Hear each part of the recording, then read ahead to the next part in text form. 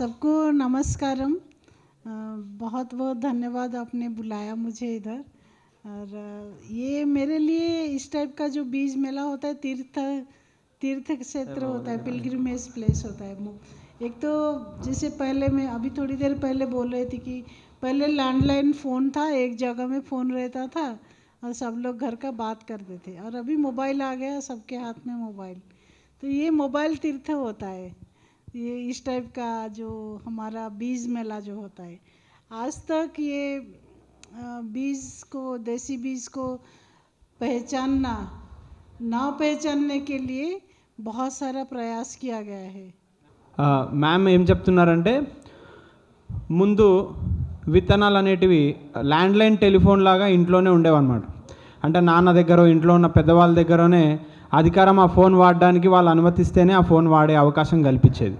కానీ ఇప్పుడు ఇలాంటి ప్రోగ్రామ్స్ జరుపుకున్నప్పుడు ఆ విత్తనాల ప్రక్రియ అనేది మొబైల్ ఫోన్ లాగా మారిపోయిందని చెప్పి తను ఎక్స్ప్లెయిన్ చేస్తున్నారు. అంటే ఎక్కడికి పోయినా కూడా మనకు అందుబాటులో ఉండే విధంగా ఇలాంటి ప్రోగ్రాంలు దాన్ని అంటే విత్తన సౌలభ్యాన్ని ఇంకా పెంచే విధంగా ఇవి ముందుకు తీసుకెళ్తున్నాయని చెప్పి చెప్తున్నారు.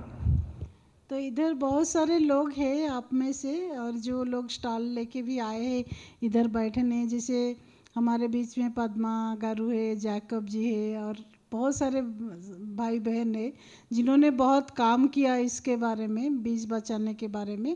तो सब ये एक टाइम होता है जो मिलते हैं बीज मेला में, एक दूसरे के साथ बातचीत करते हैं, थोड़ा एनकरेजमेंट भी मिलता है हमको, सबसे सुनने के लिए, इंटरेक्शन करने के लिए मौका मिलता है। సో ఇక్కడ భారత్ బీచ్ స్వరాజ్ మంచ్ ఫౌండర్ జాకబ్ గారు ఉన్నారు, అలానే అరణ్య అగ్రికల్చర్ ఆల్టర్నేటివ్స్ పద్మా మేడం కూడా ఉన్నారు. సో వీళ్ళందరూ చాలా ఏళ్లుగా పనిచేస్తున్నారు, ఇట్లాంటి విత్తనాల పండుగలో చాలా కలిసికట్టుగా ముందుకు వెళ్తున్నారు చాలా సంవత్సరాల నుంచి. వీళ్ళ నుంచి మనం చాలా నేర్చుకోవచ్చు ఈ పండుగల ద్వారా అని చెప్తున్నారు. मैं थोड़ी देर पहले दूसरा रूम में जब बैठी थी उसके ऊपर बात कर रही थी, जो बीज का जो अर्थनीति है, जो देसी बीज का और हाइब्रिड बीज का हमको जो बताया गया है कि देसी से बेसी नहीं मिलता, ये आज तक 50-60 साल हो गया ये हमको बताया गया, और बार बार दिन में 2-3 बार बताया गया है टीवी के माध्यम से, रेडियो के माध्यम से। तो सब लोगों को ये विश्वास आ गया कि देसी से बेसी नहीं हो सकता है। तो हम बात कर रहे थे देसी से बेसी मिलने का क्या क्या उपाय हो, और ये एक्चुअली सही है कि नहीं है। तो economically speaking, environmentally speaking, nutritional wise, climate wise जब देखेंगे तो सारे एस्पेक्ट से हम देखेंगे तो देसी से हमको बहुत ही बेसी मिलता है। సో ఆర్థికంగా కానీ, ఆరోగ్యపరంగా కానీ, వాతావరణ పరంగా కానీ దేశీ విత్తనాల నుంచి చాలా లాభాలు ఉన్నాయని చెప్పి మ్యామ్ చెప్తున్నారు. అవేంటో ఇప్పుడు వివరిస్తారు. जितने भी इधर सीड सेवर्स आए हैं और जो लोग आग्रह रखते हैं बीज में, देसी बीज में, सबको मैं नमन करती हूँ। और ये बीज एक सिर्फ मटेरियल, एक चीज़ जैसे हम नहीं देखते, ये एक पैकेज होता है जिसके साथ इतिहास जुड़ा है, उसका ज्योग्राफी जुड़ा है, उसका बहुत सारे ज्ञान जुड़ा है उसके साथ। तो ये एक अलग चीज़ नहीं है, सिर्फ एक टमाटर देख लिया, एक कोई ट्यूबर देख लिया, कोई मिलेट देख लिया, तो ये इसे अलग से हम देख नहीं पाएंगे। इसके साथ बहुत सारे ज्ञान जुड़ा है, और ये 1000 सालों से हमारा किसान भाई बहनों ने मेहनत कर करके हमको ये आज उपहार दिए हैं। విత్తనాలని మనం కేవలం ఏదో గింజల్లాగా చూస్తాం, కానీ విత్తనాలు అనే వాటికి కొన్ని వేల సంవత్సరాల చరిత్ర ఉంది, వాటి వెనకాల చాలా విజ్ఞానం ఉంది. అది కొన్ని అంటే దగ్గర ఇందాక అక్కడ మాట్లాడుతుంటే రామాయణ కాలం నాటి విత్తనాలు అని కూడా చెప్తున్నారు ఇందాక చందుల్ గారు. సో విత్తనం అంటే ఏదో టమాటా తిన్నాం, దాంట్లో ఏదో గింజ వచ్చింది, దాన్ని అవతల పడేసాం అనేది కాదు, దానికి ఒక హిస్టరీ ఉంది, దానికి ఒక చరిత్ర ఉంది అని చెప్పి చెప్తున్నారు. पहले बीज एक बेचने का चीज़ नहीं होता था, जो आज 50-60 साल से इतना बेचा जा रहा है।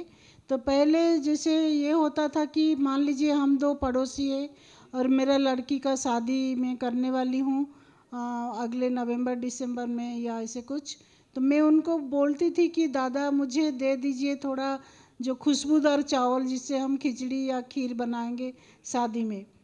ऐसे करके वो हमसे भी कुछ अलग ऐसे बीज लेते थे, ऐसे लेन देन चलता था।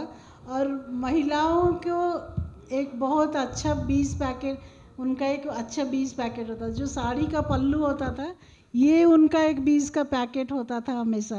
कहीं मामा के घर या मौसी के घर, किसी के भी घर जाते थे, महिलाएं देखते थे कि बहुत अच्छा पम्पकिन है, भिंडी है, करेला है, तो थोड़ा मांग के बीज ऐसे पल्लू में बांध के ले आते थे। आप सोचिए इतिहास में कितना युद्ध हुआ, कितना सारा पैंडेमिक हुआ, बहुत सारे ऐसे ड्राउट, स्टॉर्म्स, फ्लड्स, बीमारियां बहुत सारे हुए, फिर भी लोग कैसे बचा के रखे थे हजार संख्या में बीज। और हम लोग इतना निकम्मे हैं, तो ये 50-60 साल में सब खत्म कर दिए। పూర్వము విత్తనాలంటే అంటే మామూలుగా ఇళ్ళల్లో పెళ్ళిళ్ళు జరిగినప్పుడు కానీ లేదంటే పండగలు జరిగినప్పుడు కానీ వాళ్ళ తాత వాళ్ళ దగ్గరికి వెళ్ళి తాత నాకు ఆ సువాసన వచ్చే విత్తనం ఇవ్వవా, ఆ రైస్ వెరైటీ తినాలని అని చెప్పి అట్లా వీళ్ళు విత్తనాలు తెచ్చుకుని వండుకొని ఆ పండగల్ని పెళ్ళిళ్ళని జరుపుకునేవారంట. మహిళలకు కూడా ముందు విత్తనాల ప్యాకెట్లు అంటే చీర కొంగుల్లోనే విత్తనాలను దాచుకొని, అంటే బెండకాయవి కానీ లేదంటే కాకరకాయలు కానీ లేదంటే సొరకాయలు కానీ ఆ విత్తనాలను అట్లే కొంగుల్లో భద్రపరుచుకునే తిరిగేవాళ్ళంట. ఇంత చరిత్ర ఉంది విత్తనాలకి అని చెప్పి మేడం చెప్తున్నారు. అంటే ఎన్నో డ్రాట్స్ వచ్చినాయి, కరువులు వచ్చాయి, తర్వాత తుఫానులు వచ్చినాయి. ఇవన్నీ వచ్చినాక కూడా ఇంకా విత్తనం బతికుంది అని అంటే దీనికి ఎంత పెద్ద చరిత్ర ఉంది అనేది మనం అందరం గమనించుకోవాల్సిందిగా వాళ్ళు వివరిస్తున్నారు. तो इसके लिए तो रोना धोना ना करके हम क्या कर सकते हैं, इसके ऊपर हमको थोड़ा बात करना चाहिए। ये एक बीज मेला बहुत अच्छा अवसर होता है, बीज को लेके फिर हम उगाएंगे, बचाएंगे, ये एक अवसर होता है, उसके बारे में जानेंगे। और जो बीज बचा के रखने के लिए प्रयास कर रहे हैं किसान लोग, उनके बारे में भी जानेंगे। तो ये एक प्रयास होता है। दूसरा होता है कि जैसे हम बच्चों को गोद लेते हैं, अडॉप्शन करते बेबीज़ को, तो ऐसे एक परिवार एक बीज को गोद लेंगे, अडॉप्ट करेंगे। तो हम लोग मान लीजिए 100 परिवार के साथ काम कर रहे, तो 50 राजी हुए, तो छोटा सा जगह में भी हो, उनका जिस चीज़ में इंटरेस्ट हो वो बचा के छोटा सा जगह में भी रख सकते हैं एक एक बीज। तो 50 परिवार में 50 बीज रह जाएगा।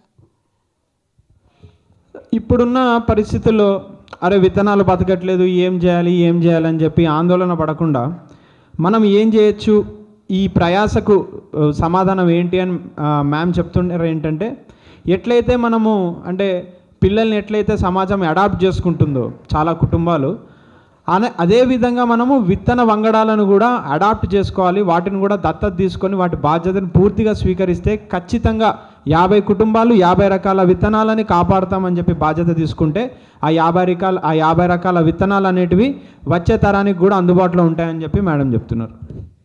और जो अर्बन एरिया में रहते हैं वो पूछेंगे हमारा तो जगह नहीं है, हम कैसे बीज बचा सकते हैं।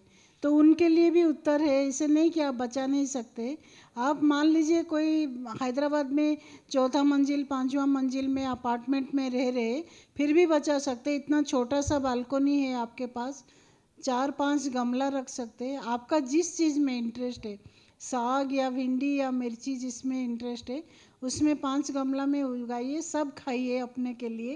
4-5 बीज रख लीजिए एक एक गमला से एक एक, और एक बीज आपके लिए रखिए, बाकी फ्रेंड्स को दीजिए लगाने के लिए। ऐसे करके भी अर्बन एरिया में हम बढ़ा सकते हैं। అపార్ట్మెంటుల్లో సిటీలో అపార్ట్మెంటులు ఉంటున్న వారు కూడా అరే మాకు పొలాలు లేవు కదా, మాకు ఇండిపెండెంట్ హౌస్లు లేవు, బ్యాక్ యార్డులు లేవు, ఎట్లా ముందుకెళ్ళాలి, వీటిని ఎట్లా కాపాడాలి అనుకున్నా కూడా పర్లేదు, మీ బాల్కనీలో 4 నుంచి 5 రకాల విత్తనాలని సౌలభ్యంగానే మీరు మొలకెత్తడం అనే ప్రాసెస్ని తీసుకురావచ్చు. సో అట్లా మీరు ఒక్కరే 4 కాకుండా 4 వేసి ఇంకో 2 మీ స్నేహితులకి ఇచ్చి అట్లా ఈ కల్చర్ని మీరు ముందుకు తీసుకుపోవచ్చు. దానికి ఖచ్చితంగా అవకాశం ఉందని చెప్పి చెప్తున్నారు. और एक चीज़ होता है कम्युनिटी सीड बैंक। हमने छोटे छोटे ग्रुप में, जो गांव में महिलाओं का ग्रुप होता है, मान लीजिए कोई भी फंडिंग नहीं दिया फिर भी हम कर सकते, उसको 3 ट्रंक मेथड बोलते हैं। 3 ट्रंक मेथड क्या होता है, एक समर ट्रंक, एक रेनी सीजन ट्रंक और एक विंटर ट्रंक। ये 3 सीज़न में जो बीज हम उगाते हैं, जो फसल करते हैं, उसका बीज अलग अलग डिब्बा में एक एक ट्रंक में रख दीजिए। जो समर में ग्रो करने वाला बीज है समर ट्रंक में, रेनी सीजन में ग्रो करने वाला बीज रेनी ट्रंक में, और विंटर ग्रो करने वाला बीज विंटर ट्रंक में। जो ज़्यादा संख्या में होता है वो अपने घर में रख सकते हैं महिलाएं, लेकिन अपना कम्युनिटी में जो रखेंगे, छोटा सा जगह चाहिए, एक कोई भी कम्युनिटी हॉल या कोई भी महिलाओं का सेक्रेटरी या प्रेसिडेंट ग्रुप का उनके घर हो, जो भी सबको एक्सेप्टेड जगह है वहाँ हम लोग रख सकते हैं और उससे हम बढ़ा सकते हैं। ఊర్లలో కూడా కమ్యూనిటీ సీడ్ బ్యాంకులు ఏర్పాటు చేసుకోవచ్చు. అంటే మహిళలు ఒక చిన్న గ్రూపుల్లాగా ఏర్పడుకొని 3 ట్రంక్ మెథడ్, అంటే ఎండాకాలంలో పండే విత్తనాలని చెప్పి ఒక దగ్గర భద్రపరచడం, వానాకాలంలో పండే విత్తనాలని చెప్పి ఇంకో దగ్గర భద్రపరచడం, అలానే శీతాకాలంలో పండే విత్తనాలని చెప్పి ఇంకో దగ్గర భద్రపరచుకొని వీటన్నిటినీ ఒక చిన్న స్పేస్లో, అంటే మూకుమ్మడిగా మీరు అంగీకరించిన స్పేస్లోనే ఆ సెక్రటరీ, ఏదైతే ఉమెన్ గ్రూపు సెక్రటరీ వాళ్ళు ఉంటారో, నియమించబడతారో వాళ్ళకు అనుకూలమైన స్పేస్లో కానీ ఎక్కడైనా వీటిని భద్రపరచుకొని ఈ ప్రిజర్వేషన్ టెక్నిక్స్, అంటే విత్తన భద్రతని ఇట్లా ముందుకు తీసుకెళ్ళచ్చు అని చెప్తున్నారు.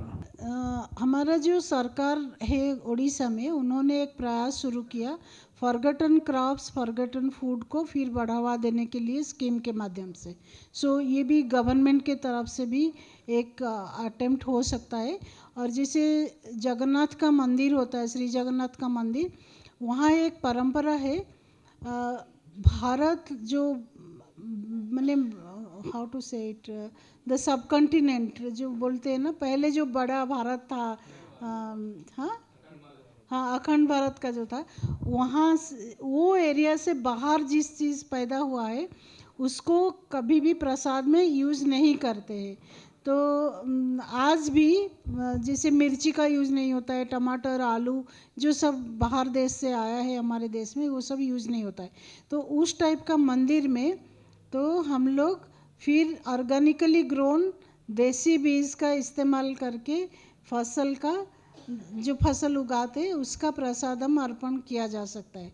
2011 में तिरुपति में मैंने ये आह्वान दिया था कि जिस दिन Tirupati board, Devasthanam board accept करेंगे ऑर्गेनिक चीज़ों में बना हुआ प्रसाद देने, ऑफर करने के लिए प्रसादम, और जिस दिन प्रसादम दिया जाएगा 365 दिन में 365 प्रकार चावल का अन्न प्रसादम, तब हमारा आंध्र प्रदेश, उस समय तेलंगाना नहीं था, तो आंध्र का किसान लोग उगाएंगे करके, तो उस समय बहुत सारे किसानों ने इंटरेस्ट लेके फिर आंध्र तेलंगाना में उन्होंने देसी बीज का काम शुरू किया, बचाना और उसको उगाना शुरू किया।